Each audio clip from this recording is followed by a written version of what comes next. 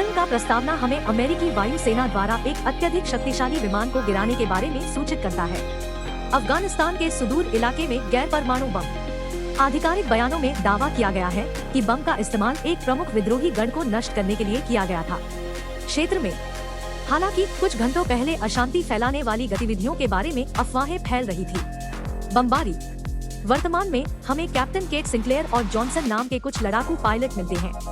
Royal air force Afghanistan के ऊपर से उड़ान भर रही थी जब उन पर अफगानियों ने अचानक हमला कर दिया। विद्रोही समूह। जैसे ही उनके विमान को झटका लगता है, दोनों पायलट अपनी सीटों से कूद जाते हैं और पैराशूट से कूद जाते हैं। भूमि पर प्रभाव पड़ने पर केट बेहोश हो जाती है। इस दौरान उसे अपनी मां के दर्शन का अनुभव होता है और बेटा। कुछ ही समय बाद उसे जॉनसन ने जगाया, लेकिन वे जल्द ही एक समूह से घिर गए। सशस्त्र विद्रोही।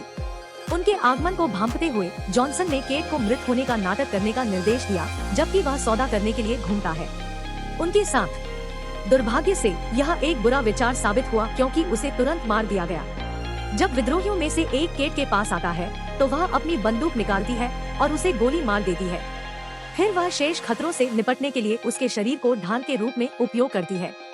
दुश्मनों का सफलतापूर्वक सफाया करने के बाद केट ने अपने साथी को भावनात्मक रूप से अलविदा कहा।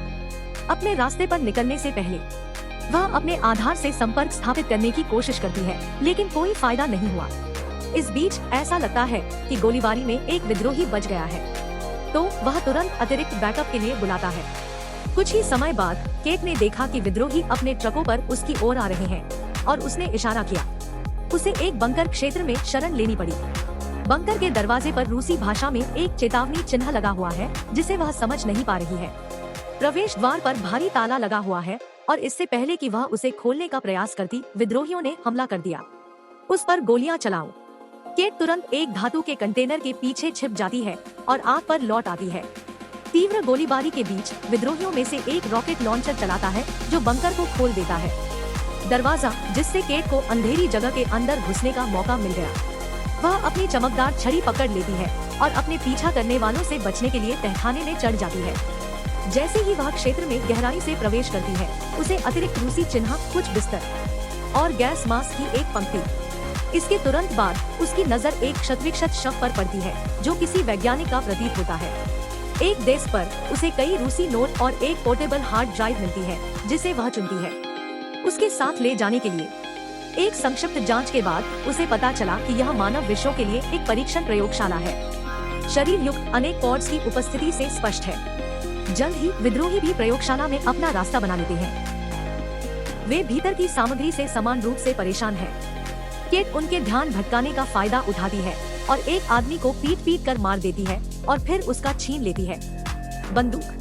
गोलियों की आवाज के बीच एक फली टूट जाती है, जिससे एक मानवीय आकृति निकलती है। जैसे ही केट के पास बारूद खत्म हो जाता है, वह भागने की कोशिश में वेंटिलेशन वाहिनी में प्रवेश कर जाती है।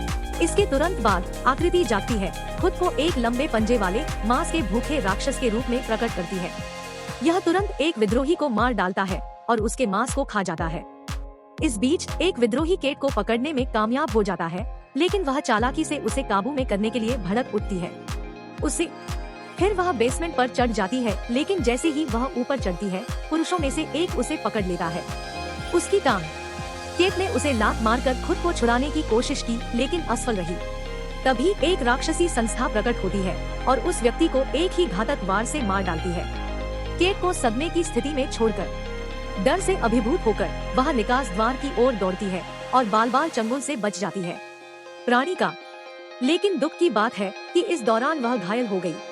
इसके बाद केट ने राक्षस से बचने के लिए कुछ गोलियां चलाईं और दरवाजा बंद कर दिया। जंजीरें। फिर उसका सामना कबीर नाम के एक विद्रोही से होता है, जो अपने साथियों की प्रतीक्षा कर रहा है। हालांकि वह प्राणी को देखकर जल्दी से पीछे हट जाता है। अपने दर्द के बावजूद केट रेगिस्तानी इलाके से चलना शुरू करती है और अंततः पहुंचती है एक सड़क। कुछ समय बाद वह अमेरिकी सैनिकों की एक टीम को मिली, जिन्हें तलाशने के लिए भेजा गया था। लापता पायलट। वे उसे अपने बेस कैंप तक ले गए, जहां केट की मुलाकात commanding officer major Roy Finch से हुई। वह मेजर को दर्दनाक घटना के बारे में बताती है, लेकिन मेजर उस पर विश्वास नहीं करता है। कहानी। बावजूद इसके वह उससे हार्ड ड्राइव ले लेता है। कुछ ही समय बाद सार्जेंट टॉम हुक अंदर आता है और केट के लिए प्रतिज्ञा करता है, लेकिन मेजर फिर भी सुनता नहीं। इसी बीच बटालियन को कबीर भी मिल जाता है और वह उसे पूछताछ के लिए कैंप में ले आती है।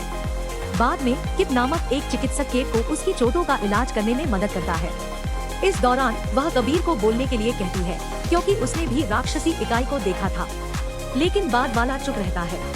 कुछ क्षण बाद टॉम तंबू में प्रवेश करता है और केट से सवाल करता है कि उसने बंकर में क्या देखा।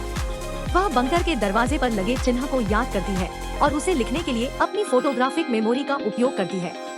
यह कबीर के अलावा किसी को समझ में नहीं आता है, जो पाठ का अनुवाद मत खोलो के रूप में करता है। वह बताते हैं कि इस स्थिति के पीछे सोवियत मास्टरमाइंड थे। जब टॉम ने यह सुना तो उसे विश्वास हुआ कि बंकर लगभग 30 वर्ष पुराना होगा और कोई भी इंसान आपूर्ति के बिना इतनी लंबी अवधि तक अंदर जीवित नहीं रह सकता है। जवाब में कबीर ने दावा किया कि जो कुछ भी नीचे है वह मानव नहीं है। रात में अधिक जीव अपनी फली से बाहर निकलते हैं और अंततः बाहर निकल जाते हैं। बंकर। इस बीच सैन्य आधार शिविर में मेजर को अपने वरिष्ठ से एक पत्र मिलता है, उसके स्वैच्छिक निर्वहन का संकेत। परिणाम स्वरूप वह उस हार्ड ड्राइव का उपयोग करने का निर्णय लेता है, जो केट को श्रेष्ठ के विरुद्ध लाभ उठाने के रूप में मिली थी। दूसरी ओर केट और किप कबीर से पूछताछ करते हैं, जो बताता है कि उसने उन्हें गोली नहीं मारी। विमान और वह महज एक ड्राइवर है जो अपने परिवार की सुरक्षा के लिए विद्रोहियों के लिए काम कर रहा है। बाहर सैनिक किसी भी विद्रोही पर नजर रख रहे हैं। अचानक एक सैनिक गायब हो जाता है और दूसरे की नजर एक राक्षस पर पड़ती है, जिससे वह सतर्क हो जाता है। सब लोग, पूरी यूनिट तेजी से स्थिति में आ जाती है और गोलीबारी शुरू कर देती है। हालांकि राक्षस बहुत तेज है और गोलियों से बचने में सक्षम है। टॉम गंभीर स्थिति के बारे में मेजर को बताता है, जो फिर बैकअप के लिए कॉल करने का प्रयास करता है, लेकिन दुर्भाग्य से उनके रेडियो टावर को संचार प्रदान करने वाले अथक राक्षसों द्वारा नष्ट कर दिया गया है। असंभव। स्थिति तीव्र होने लगती है क्योंकि सैनिक तेजी से बढ़ते विरोधियों का शिकार होने लगते हैं। किप घायल सैनिकों की सहायता के लिए आगे बढ़ता है और केट को कबीर पर नजर रखने के लिए कहता है। कुछ ही समय बाद एक राक्षसी प्राणी मेडिकल टेंट में घुसपैठ करता है और केट का गला घोंट देता है। अधिक बोलने वाला। सौभाग्य से कबीर एक छाती से चाकू निकालने में सफल हो जाता है और प्राणी की जीभ काट देता है, चाकू मारकर हत्या करने से पहले। इसके बाद दोनों टॉम और अन्य बचे लोगों के साथ फिर से जुड़ जाते हैं। फिर टॉम और किप मेजर को बचाने का फैसला करते हैं, जो जीवन या मृत्यु की लड़ाई में फंसा हुआ है। प्राणियों में से एक। वे ठीक समय पर उसके पास पहुंच जाते हैं और प्राणी को गोली मार देते हैं और उसे दावा करने से रोकते हैं। उसकी जिंदगी। इन राक्षसों की भारी संख्या का एहसास होने पर टीम शरण लेने का विकल्प चुनती है, एक खाली कार्गो कंटेनर के भीतर। जबकि डेव नाम का एक सैनिक कंटेनर को अनलॉक करने का काम करता है, एक अन्य प्राणी कंटेनर को लॉन्च करता है। आक्रमण करना। लेकिन इस बार केट तेजी से प्रतिक्रिया करती है, प्राणी के ऊपर छलांग लगाती है और उसे बचाने के लिए एक कुल्हाड़ी का उपयोग करती है। इसके सिर पर कई घातक वार किए गए, जिसमें टॉम ने अंतिम प्रहार किया। इसके बाद बचे हुए लोग कंटेनर में घुस जाते हैं और सुबह तक वहीं इंतजार करने का फैसला करते हैं। कंटेनर के अंदर सैनिक कबीर से पूछते हैं कि क्या वह राक्षसों के बारे में कुछ जानता है। जवाब में उन्होंने साझा किया कि रूसियों ने अतीत में स्टारलाइट के बाद उनके देश पर आक्रमण किया था। वस्तु अघानी रेगिस्तान पर गिरी। बाद के दिनों में ग्रामीण रात के समय गायब होने लगे और उनके निर्जीव शरीर भी गायब होने लगे। अगली सुबह पता चला। यह मानते हुए कि यह किसी प्रकार का जंगली जानवर है, कबीर के पिता ने इसका शिकार करने का फैसला किया। लेकिन जैसे ही सोवियत पीछे हटे, हमले भी बंद हो गए। दुर्भाग्य से उस समय तक गांव ने कबीर सहित 46 लोगों को खो दिया था। पिता। अगली सुबह समूह सावधानी से कंटेनर से बाहर निकलता है, तभी उसे पता चलता है राक्षस अपने गिरे हुए साथियों की लाशें ले गए हैं। इसके बाद सैनिक क्षेत्र के चारों ओर खोज करते हैं और एक राक्षस की लाश पर ठोकर खाते हैं। वे इसे मेडिकल टेंट में ले जाते हैं, जहां किप एक परीक्षा आयोजित करने के लिए आगे बढ़ता है। उनके निष्कर्षों से पता चलता है कि जीव के पास शार्क जैसे दांत और मोटी त्वचा होती है, जो काम करती है शरीर कवच के रूप में। गहन निरीक्षण के बाद किप ने निष्कर्ष निकाला कि जीव सूरज की रोशनी बर्दाश्त नहीं कर सकते हैं। उनके शरीर में यूवी किरणों के प्रति अनुकूलन की कमी है। इसके अलावा वह राक्षस के शरीर को चीरता है और यह जानकर चौंक जाता है कि उसमें मानव शरीर है। अंग। यह सुनकर हर कोई हैरान हो जाता है, लेकिन तभी मेजर कहता है कि ये जीव है। मनुष्यों के साथ मिश्रित संकर। वह केट से माफी मांगता है और बताता है कि उच्च अधिकारियों को बंकर के बारे में हमेशा से पता था। मेजर के अनुसार यह सब 1979 में शुरू हुआ जब कुछ सोवियतों की नजर एक विदेशी अंतरिक्ष यान पर पड़ी, अफगानिस्तान में, जिसे कबीर ने सितारा कहकर संबोधित किया था। सोवियत ने अफगानिस्तान पर आक्रमण किया क्योंकि उन्हें मानव में एकीकृत होने के लिए विदेशी डीएनए की आवश्यकता थी। परीक्षण विषय। अब जब समूह के पास पर्याप्त ईंधन नहीं है तो उन्हें भागने का दूसरा रास्ता खोजना होगा। उनकी बातचीत अचानक बाधित हो जाती है क्योंकि प्राणी फिर से जागता है और लॉन्च करता है। हमला करना। यह केट को अपनी जीप से पकड़ लेता है, साथ ही मदद करने की कोशिश करने वाले अन्य सैनिकों से भी लड़ता है। उसकी जीप को मारने की बेताब कोशिश में मेजर रॉय ने एक को पकड़कर खुद को बलिदान कर दिया। कुछ हथगोले और राक्षस पर हमला। इसके बाद केट ने खुलासा किया कि जब प्राणी ने उसे छुआ तो ऐसा लगा जैसे वह था। उसके विचारों को खत्म करना, संभवतः उसके मन को पढ़ने का प्रयास करना। फिर वह सुझाव देती है कि वे पूरे बंकर को उड़ा दें। सैनिक इस पर सहमत हो जाते हैं और वे कबीर को हिरासत से मुक्त करने का भी निर्णय लेते हैं। बावजूद इसके, कबीर अपने पिता की मौत का बदला लेने की इच्छा व्यक्त करते हुए उनसे जुड़ने का अनुरोध करता है। इसके बाद 7 जीवित बचे लोग केट, टॉम, किप, देव, कबीर, जेड और जोन्स बनते हैं। उनके पास जो भी गोला बारूद बचा था उससे बंकर को उड़ाने का साहसिक निर्णय। साइट पर पहुंचने पर वे अंदर घुसते हैं और कई टाइम बम लगाते हैं, लेकिन जैसे ही वे जाने वाले थे केट ने अपना लॉकेट गिरा दिया, इसलिए टॉम उसे वापस देने के लिए रुक गया। उसे तभी एक राक्षस पीछे से आता है और टॉम को तहखाने में खींच लेता है। यह मानते हुए कि उन्होंने उसे खो दिया है, टीम के बाकी सदस्य विस्फोट की तैयारी करते हैं। हालांकि रिमोट चालू करने से कुछ क्षण पहले टॉम केट से संपर्क करता है और टीम को निर्देश देता है अपनी योजना जारी रखें। वह उनसे सख्ती से कहता है कि वे उसकी तलाश में न आएं। लेकिन केट उससे सहमत नहीं है और उसे बचाने के लिए अंदर जाने का फैसला करती है। टीम के अन्य सदस्य जो शुरू में विरोध कर रहे थे, अंततः केट के आग्रह को स्वीकार करते हुए सहमत हो गए। टॉम उनमें से किसी के लिए भी ऐसा ही करेगा। इसके बाद समूह एक टूटी हुई लिफ्ट पर चढ़ जाता है और किप अपनी रस्सी का उपयोग करके उसे नीचे उतार देता है। वाहन। थोड़ी देर बाद किप का रेडियो एक फ्रीक्वेंसी अलर्ट पकड़ता है जो सभी को खाली करने की चेतावनी देता है। अगले 20 मिनट के भीतर क्षेत्र, क्योंकि वहाँ एक मिसाइल हमला होगा। वह तुरंत टीम के बाकी सदस्यों को जानकारी देता है, लेकिन वे निर्णय लेते हैं आगे बढ़ने के लिए। सीमित समय के साथ समूह अधिक तेजी से अधिक क्षेत्र को कवर करने के लिए विभाजित हो जाता है। इस बीच टॉम को अपने सामने एक राक्षस मिलता है और वह जल्द ही उसे अपनी जीप से पकड़ लेता है। तेजी से कार्रवाई करते हुए वह उसकी जीप काटता है और उसे मारने के लिए अपना चाकू निकाल लेता है। तभी उसकी नजर अपने गिरे हुए सैनिकों में से एक के शव पर पड़ी तो उसने खुद को हथियार से लैस कर लिया, सैनिक की बंदूक और अपना रास्ता बना लेता है। जैसे ही टीम लैब में पहुंचती है, कबीर टेबल पर पड़े सड़ रहे शवों को गायब हुए शवों के रूप में पहचान लेता है।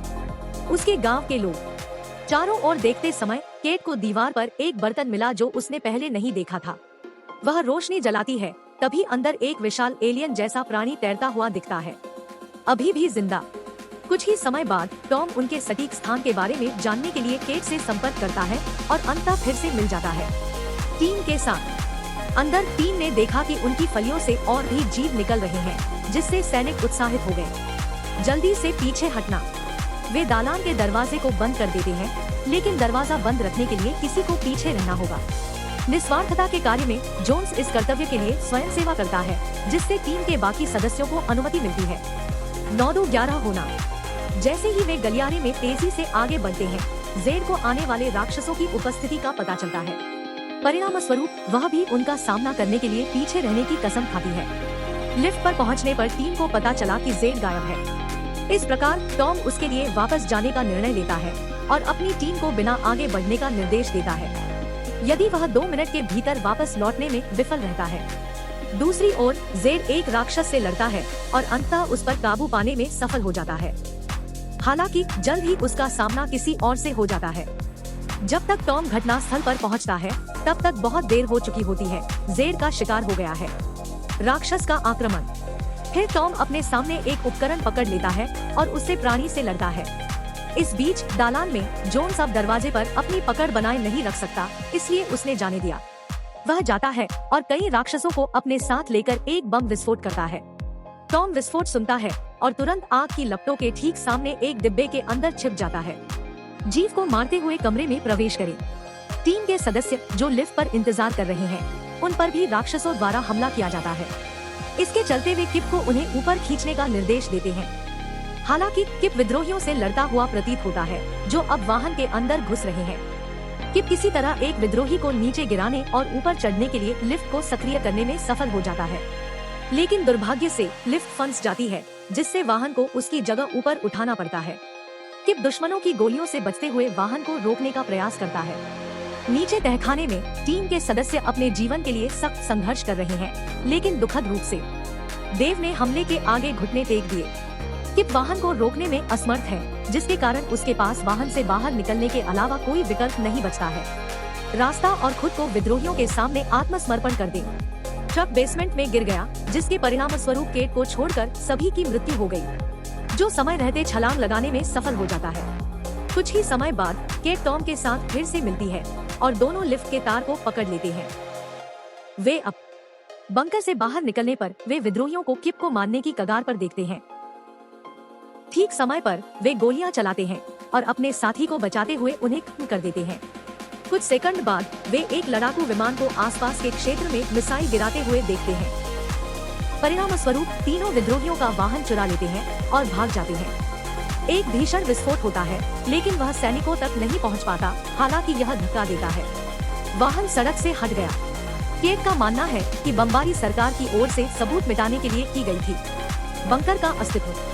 फिर भी वह चिंतित नहीं है, क्योंकि मेजर ने हार्ड ड्राइव उसे सौंप दी थी, उसकी मृत्यु से पहले उसे। अगर वीडियो पसंद आई तो लाइक कर देना, चैनल को सब्सक्राइब कर देना। मिलते हैं अगले वीडियो में। धन्यवाद।